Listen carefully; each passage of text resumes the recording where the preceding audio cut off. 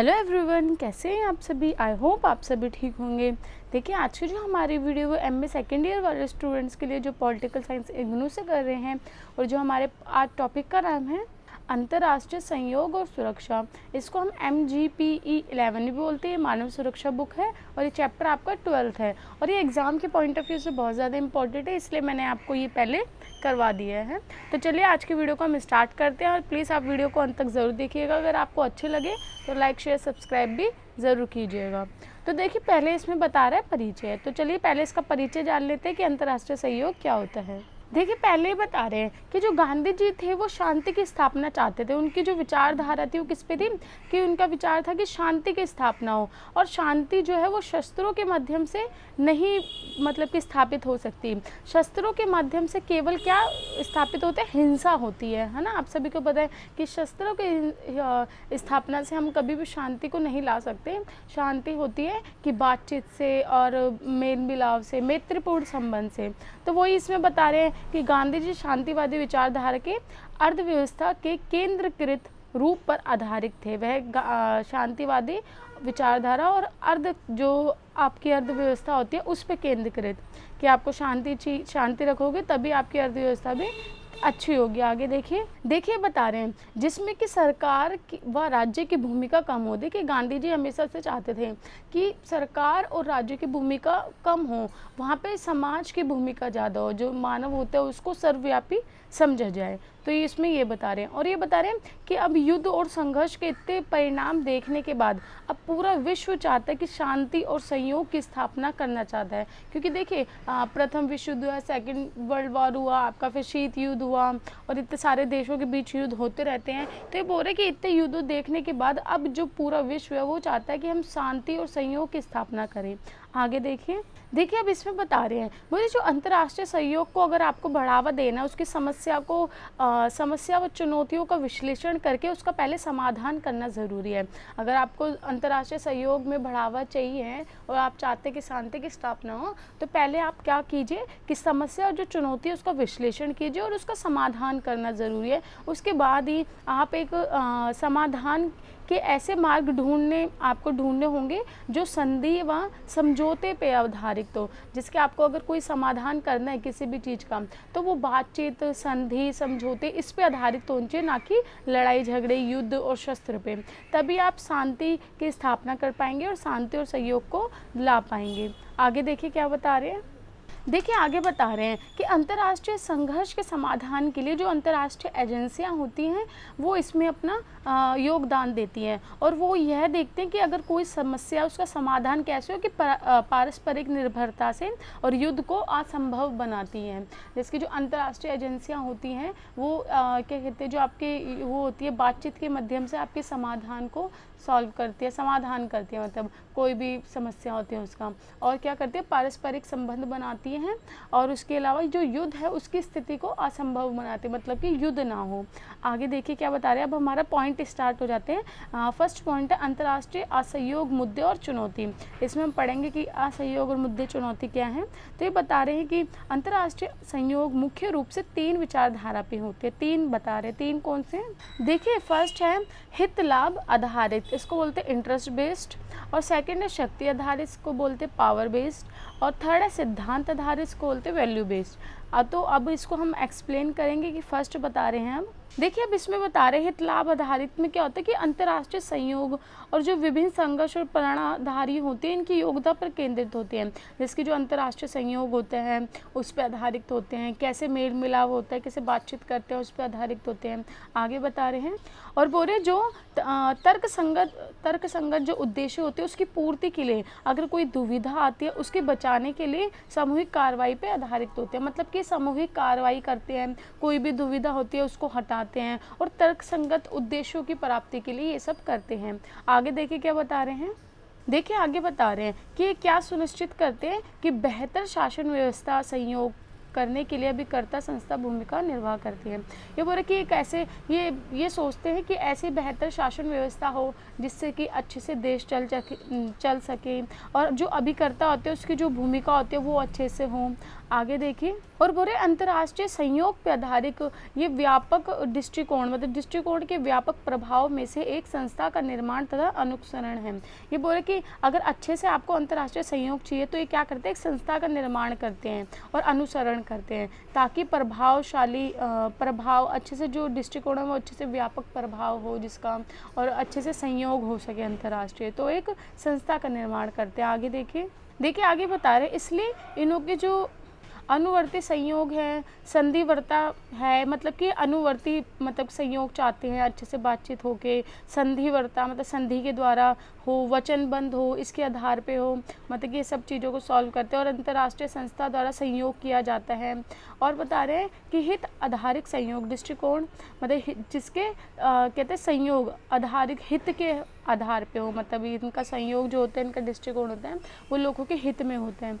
और बोले समस्या संदर्भ की संरचनात्मक परिभाषा पर आधारित है, और ये किस पे आधारित होते हैं, समस्या स्थिति समस्या संदर्भ की संरचनात्मक परिभाषा पे। आगे देखिए, और बोले इनका दृष्टिकोण दो संरचनाओं पे आधारित है। पहला तो बोलते हैं कि सामूहिक कार्रवाई, जिसके द्वारा क्या होता है कि जो समस्या होती है उसमें निवारण करने के लिए शासन प्रणाली को आवश्यक माना जाता है, कि शासन प्रणाली की जो प्रयाकात्मक जो आवश्यकता होती है उस पर प्रकाश डाला जाता है। पहले हो गया सामूहिक कार्रवाई, जिसमें कि जो शासन होता है उसके ऊपर प्रकाश डाला जाता है। और आगे बता रहे हैं, बोले इसके द्वारा विभिन्न जो मॉडल्स होते हैं उनका निरीक्षण किया जाता है। जो मॉडल्स बनाते हैं ना कि अपने देश के अच्छे के लिए ये मॉडल बनाया हमने, ये बनाया, इसको हमको इस साल तक प्राप्त करना है, गरीबी हटानी है, जो भी है वो मॉडल तैयार करते हैं। जैसे कि ये बता रहे हैं, जो तरह प्रोजन रस डिलीमा, आगे कोऑर्डिनेशन गेम होगी आपकी, और इत्यादि। आगे देखिए, और फिर आगे बता रहे हैं इस व्यवस्था में क्या होता है कि अंतर्राष्ट्रीय सहयोग के लिए जो प्रतिबंध होते हैं उसका अनुपालन करना ज़रूरी है, कि जो भी आपको बताया जा रहा है कि अंतर्राष्ट्रीय सहयोग के लिए आपको ये कार्य करना है तो उसका अनुपालन करना या फिर उसको मानना ज़रूरी है। आगे देखिए अभी बता रहे हैं कि इस दृष्टिकोण का अन्य पहलू है कि संरचनात्मक समस्याओं से संबंधित, जो संरचनात्मक समस्या होती है हमने कल पढ़ा था उससे संबंधित है, और जो वाद विषय के क्षेत्र में स्वरूप का परीक्षण करने के संबंधित है। जो हम वाद विवाद होते हैं उसका कैसे परीक्षण किया जाए, उसको कैसे सॉल्व किया जाए, उससे संबंधित है। और बोल रहे कि इस विश्लेषण के अनुसार क्या है कि जो संघर्ष की स्थितियों ने संयोग की संभावना दो विधियों से होती है, कि जो संघर्ष की स्थितियां हैं उसमें जो संयोग की संभावना है कि आप किस प्रकार से संयोग कर सकते हैं संघर्ष में, वो दो प्रकार से है। जैसे कि बता रहे हैं, पहले है परामर्श द्वारा संघर्ष निवारण, कि आप परामर्श करके संघर्ष को हटा सकते हैं। और बोल रहे इसको भी दो श्रेणियों में बांटा जाता है। आगे देखिए, पहला है क। देखिए अब काम में क्या बता रहे हैं कि उपयोग के विषय में संघर्ष, जो आपके उपायों के विषय में जो संघर्ष होते हैं उसके बारे में बोले श्रेणी के लक्ष्य सहमति के द्वारा निर्धारित किए जाते हैं, कि सहमति जो होती है उसके द्वारा जो लक्ष्य होते हैं उसको निर्धारित किए जा सकते हैं, परंतु विधियों का सर्व सहमति आवश्यक नहीं है। जो विधियाँ जो होती हैं उस पे ऊपर सर्व सहमति जो होती है लोगों की आवश्यक नहीं है, इसलिए संयोग मध्यम श्रेणी तक ही संभव हो पाता है, कि जो संयोग है वो ज़्यादा अच्छे लेवल पे नहीं होता, मध्यम श्रेणी तक ही संभव हो पाता है। आगे देखिए, सेकंड है मूल्यों के विषय में संघर्ष। इसमें क्या बता रहे हैं कि इस श्रेणी के विभिन्न पक्ष विभिन्न परिणाम चाहते हैं, कि जो अलग अलग पक्ष है वो अलग अलग तरीके से परिणाम चाहते हैं। बोले जिसके कारण संयोग न्यूनतम ही मिल पाता है, कि संयोग जो है वो न्यूनतम मिल पाता है और कम मिल पाता है। आगे देखिए, हमारा सेकंड पॉइंट है और दूसरा है सहमति द्वारा संघर्ष निवारण। तो इसमें भी दो प्रकार के परिणाम होते हैं। देखिए पहले हमने पढ़ा कि परामर्श द्वारा, ठीक है, निवारण संघर्ष का। अब हम पढ़ेंगे सहमति द्वारा संघर्ष का निवारण। तो इसमें भी दो हैं, पहले सापेक्ष लाभ और सेकंड है निरपेक्ष लाभ। तो सापेक्ष लाभ में क्या बता रहे हैं, बोले जो सापेक्ष लाभ में क्या होता है कि अन्य लोगों की तुलना में कम, इसका जो लाभ है, जो अन्य लोगों की तुलना में मिलने वाला लाभ, इसमें क्या होता है कि अपेक्षाकृत कम संयोग प्राप्त होता है, जो आपका संयोग है वो कम प्राप्त होता है सापेक्ष लाभ में। आगे बता रहे हैं निरपेक्ष लाभ। बोले जो आपके समाधान प्रत्यक्ष को लाभान्वित करता है, जो आपका समाधान उसको लाभान्वित करता है, किस इस प्रकार निवारण के उच्च संयोग संभावना अपेक्षित है। बोले किसमें ज़्यादा संयोग आपको मिल पाता है। आगे देखिए क्या बता रहे हैं। और जो अंतर्राष्ट्रीय संयोग होता है उसको मनोवैज्ञानिक द्वारा, सामाजिक मनोवैज्ञानिक द्वारा पोषित किया जाता है। तो बोरे इसमें जो ऐसी स्थिति में क्या होता है कि जो अभिकर्ता होते हैं लाभ और लागत के बारे में अनिश्चित रहते हैं। इस प्रकार अभिकर्ताओं में संयोग की प्रबल प्रवृत्ति दिखाई देती है। आगे देखिए नेक्स्ट पॉइंट है हमारा संयोग का शक्ति आधारित दृष्टिकोण। और जो शक्ति आधारित दृष्टिकोण है सापेक्ष लाभ तथा सुरक्षा समस्याओं के महत्व पर केंद्रित करता है। और जो शक्ति वितरण है वो संयोग प्रक्रिया में सहायक होता है। आगे देखिए बोले इस दृष्टिकोण का स्वरूप कैसा होता है, स्थिर और सकारात्मक होता है। बोले जो समस्या होती है वो सतत तथा बाध्यकारी होती है। अंतर्राष्ट्रीय संयोग 3 शक्ति पर आधारित होता है। पहला है क है शासन स्थायित्व सिद्धांत, फिर है शक्ति आधारित अनुसंधान कार्यक्रम, फिर है संयोग का यथार्थवादी सिद्धांत। तो क पढ़ेंगे पहले हम। पूरे शासन स्थायित्व सिद्धांत में क्या होता है, बुरे इसमें क्या होता है कि शासन का जो सिद्धांतवादी सिद्धांत है उसमें अंतर्राष्ट्रीय व्यवस्था तथा स्थायित्व बनाए रखने वाली शक्ति को महत्व को दर्शाता है, कि जो शासन की शक्ति है उसको दर्शाता है। इसमें आगे देखिए बोरे इसमें दर्शाता है कि जो शासन है वो सशक्त है और अच्छा है, एकदम अच्छा शासन होता है, और जो सार्वजनिक माल की आपूर्ति करता है। तो बोरे जो शासन होता है वो अपीड़ित दुर्बल व्यवस्था इनको समाप्त भी करता है। इसमें शासन की तारीफ होती है इस वाले में कि शासन सबसे उत्तम है, अच्छा है, ये बताया जा रहा है। बोरे शासन का उत्तरदायित्व होता है कि वो नियम बनाए और उसे लागू भी करे। बोरे इसके अनुसार इसके अतिरिक्त एक अन्य विकल्प के अनुसार क्या बता रहे कि लघु समूह और जो आपका एकमात्र शासन पर निर्भर करने की अपेक्षा, मतलब कि जो एकमात्र शासन करता है उसकी अपेक्षा पारस्परिक संयोग तथा साझेदारी लागत के माध्यम से सार्वजनिक वस्तुओं की व्यवस्था करते हैं। बोले कि इस पर पारस्परिक संयोग होता है जिसके माध्यम से आप जो आपकी लागत होती है और सार्वजनिक वस्तुओं की जो लागत व्यवस्था उसको व्यवस्थित करता है। आगे देखिए क्या बता रहे हैं। बोले साथ ही प्रमुखवाद विषय क्षेत्र पे आधार पर भिन्न भिन्न हो सकते हैं, जैसे कि पर्यावरण, परमाणु तथा आयुध आदि सिद्धांत साम्राज्यवाद तथा प्रभुत्व अवधारणा का जनक। ये बता रहे कि अलग अलग स्थिति भी हो सकती है इसमें, जैसे कि अभी मैंने आपको पढ़ के बता दिया। अब ख है शक्ति आधारित अनुसंधान कार्यक्रम। बोले जो शक्ति आधारित अनुसंधान है ये पारस्परिक जो समायोजन होता है उसके माध्यम से संयोग करने पर बल देता है। जो पारस्परिक समायोजन होता है उस पर बल देता है कि उसके माध्यम से आप संयोग करिए। आगे देखिए क्या बता रहे, इसके अनुसार बता रहे कि अधिक शक्ति समायोजन मतलब होता है एडजस्टमेंट करना, एडजस्टमेंट, ठीक है। तो अधिक शक्ति समायोजन कम शक्ति के प्रयोग से किया जा सकता है। बोले कि आपके पास अगर ज़्यादा शक्ति है तो आप कैसा कर सकते हो, उसमें एडजस्टमेंट और कम शक्ति के प्रयोग से कर सकते हैं।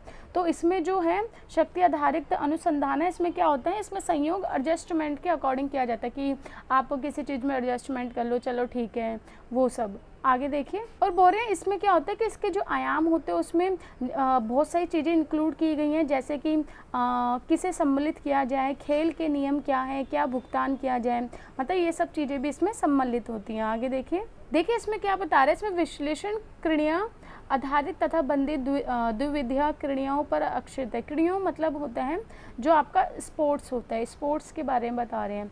बोल रहे कि इसमें जो इसमें उत्पन्न होने वाली विभिन्न चुनौतियों को सर्वोत्तम हल कैसे करते हैं, बता रहे कि जिसमें जो प्रॉब्लम्स आती हैं उसको कैसे हल किया जाता है। तो उदाहरण दे रहे हैं नीचे, जैसे बैटल ऑफ द सक्सेस में प्रत्येक खिलाड़ी के लिए तुलनात्मक रूप से इष्टतम परिणाम अलग है। सर्वोत्तम हल के लिए आपको कोई निश्चित सहमति नहीं बन पाती। बोल रहे हैं कभी कभी क्या होता है, हम कोई खेल अगर खेल रहे हैं तो उसमें क्या होता है कि एक निश्चित सहमति नहीं बन पाती है। तो उसमें क्या होता है कि संयोग तथा संस्था, पूरे जो संयोग तथा जो संस्थाएं होती है वो मात्र सशक्त अभिकर्ताओं के हितों की पूर्ति करते हैं। इसमें क्या होता है कि जो आपके जो संयोग हैं और जो संस्थाएं हैं वो आपके अभिकर्ताओं के हितों की पूर्ति करते हैं, जो उनके हित में है उसके लिए कार्य करते हैं। आगे बता रहे शक्ति वितरण लाभ वितरण के पर्याप्त असमानताएं देखी जा सकती है।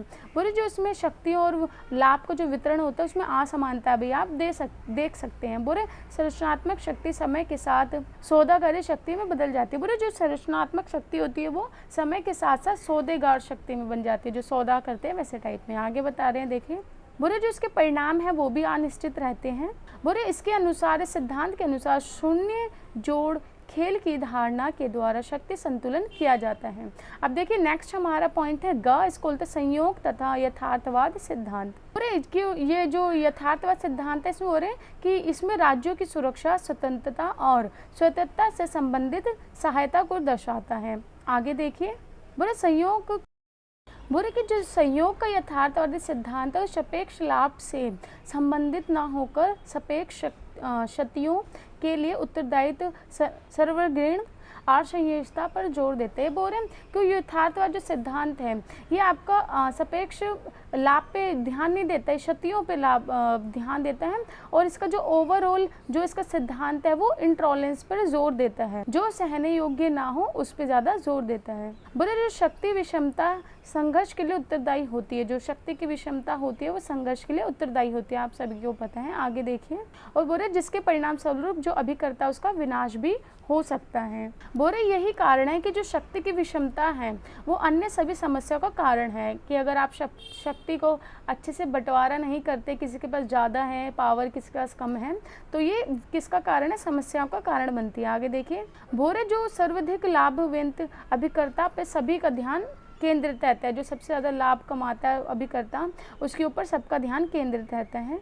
और बोले इसी के परिणाम स्वरूप क्या होता है कि जो अभिकर्ता होता है वो सहयोग केवल तभी प्रदान करता है जब यह अनिवार्य हो। जो अभिकर्ता अपना सहयोग तभी देता है जब बहुत ज़्यादा अनिवार्य होता है। देखिए आगे क्या बता रहे हैं, बोले साथ ही जो भय होता है और जो अराजकता होती है उसकी परिस्थिति भी विद्यमान रहती है, जो संयोग के लिए अभिकर्ता पर दबाव डालती है, कि संयोग के लिए अभिकर्ता जो उस पर दबाव डालती है कि आप हमारा संयोग कीजिए। आगे देखिए, अंतर्राष्ट्रीय संस्था स्थायी शक्ति निर्माण के लिए अत्यंत महत्वपूर्ण है। जो अंतर्राष्ट्रीय संस्था है वो बहुत ज़्यादा इम्पॉर्टेंट है स्थायी शक्ति के निर्माण के लिए, कि स्थायी रह सकती।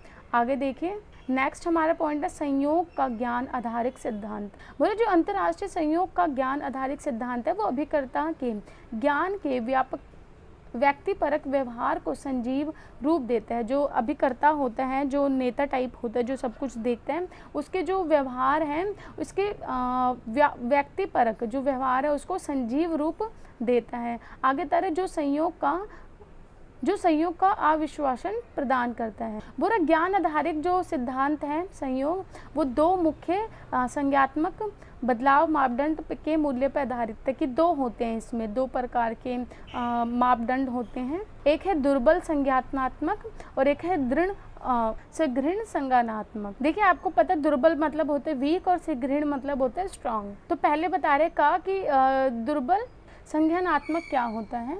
बोल रहे कि दुर्बल संज्ञानात्मक में क्या होता है कि इस स्वरूप के अनुसार जो अभिकर्ताओं द्वारा समस्याओं का निर्धारण करता कि इस अपेक्षा प्राथमिकताओं के आधार पर हितों की उपत्तियों के संदर्भ में किया जाता है। देखिए इसमें क्या होता है कि जो आपकी प्राथमिकता है उसके आधार पर जो आपकी हितों की उपत्ति हैं उसके संदर्भ में किया जाता है, कि जो आपकी पहली प्राथमिकता है जो हित सबके हित में उसके ऊपर। आगे देखिए, बोले जो दुर्बल संज्ञानात्मक है वो अन्य दृष्टिकोण के संपूरक के रूप में कार्य करता है। जो अन्य दृष्टिकोण होते हैं उसके संपूरक के रूप में ही कार्य करते हैं। बोले इसमें क्या होता है कि इस दृष्टिकोण में विचार के साथ साथ ज्ञान एवं शिक्षण भी महत्वपूर्ण भूमिका निभाते हैं। बोले जो ज्ञान की उत्पत्ति होती है व्याख्याओं के आधार पर होती है, इसलिए ज्ञान के आधार पर प्राथमिकता भी परिवर्तन होती है, कि जो ज्ञान के आधार पर जो प्राथमिकता हैं वो भी परिवर्तन होती हैं। जो अभिकर्ता है वो विचार के आधार पर मार्ग जो होते हैं, जो रास्ता होता है उसका चयन करते हैं। बोले जो ज्ञान का स्थानीयकरण है वो अभिकर्ताओं को प्राथमिकता के आकार देता है, जो प्राथमिकता होता है उसको आकार देता है। बोले संस्थाएं ज्ञान तथा सूचना सहभाजन के द्वारा सर्वसम्मित बनाने में सहायता करती हैं। अब देखिए हमारा सेकंड पॉइंट है प्रबल संज्ञानात्मक। देखिए अब प्रबल इसमें क्या होता है कि इसमें वैज्ञानिक मॉडल के अनुसार अभिकर्ताओं के तर्कधार व्यवहार को समाज से अलग करता है। देखिए हमने ऊपर जो दुर्बल पढ़ा था उसमें तो ज्ञान के आधार पे था कि वो समाज से मिला के रखता है, संयोग करता है ज्ञान के आधार पर और शिक्षा के आधार पर। इसमें वैज्ञानिक मॉडल के अनुसार क्या होता है, जो अभिकर्ता होता है वो व्यवहार उसका जो होता है वो समाज से अलग करता है। और बोले इसलिए जो अभिकर्ता का प्रत्यक्ष ज्ञान अभिलक्षित होता है। आगे देखिए इसमें बता रहे हैं कि अभिकर्ता उपयोगिता अधिकतम के द्वारा अपनी भूमिका निभाता है, कि बोरे अपनी उपयोगिता के द्वारा अपनी भूमिका निभाता है। और बोरा प्रबल संज्ञानात्मकवाद के अन्य दृष्टिकोण के विकल्प के अनुसार स्थापित किया जाता है, कि अन्य जो दृष्टिकोण है उसको भी इसमें ऐड किया जाता है। आगे देखिए बोरे समाज में वैज्ञानिक परिवर्तन लाता है।